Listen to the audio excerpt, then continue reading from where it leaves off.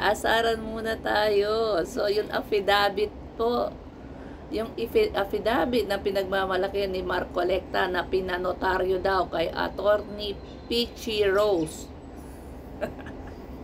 Itinanggi mismo ng abogado na si Attorney Peachy Rose na siya ang nagnotaryo, na siya ang gumawa ng affidavit na yan, na inassist nila yan si Gutesa, siya ang pumirma niyan, siya ang nagnotaryo niyan, itinatanggi po ni attorney. So ano ngayon? Pulpol na lawyer itong si Marcoleta. Isa pong pulpol na lawyer itong si Marcoleta. Isipin mo ha, tatanggap ka ng isang witness, hindi mo i-verify yung dokumento, yung pagnotaryo, kung legit ba or hindi. So anong tawag doon? Isa kang pulpol na lawyer. Baka isip ni Marcolecta, abogado lang siya na naupo sa Senado. Kaya hindi niya na-verify yung mga dokumento. Paalala namin sa iyo, Marcolecta, isa kang senator.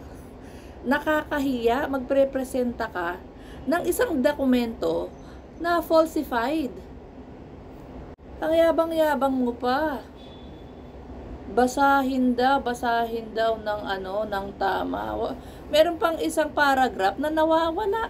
Hindi mo lang paragraph or isang pahina. Ang ibinigay pa doon sa witness, doon sa nag-witness, doon sa nagsalaysay, is kopya, hindi yung original na salaysay niya. O hindi ba puro kalokohan itong si Marcolecta? Pulpul na lawyer ito. Hindi na ako magtataka kung nag-focus ito sa party list. Mahinang abogado mahinang abogado ito. Alam mong napakalaking iskandal ng flood control, corruption. Tapos magpepresenta ka ng peking dokumento.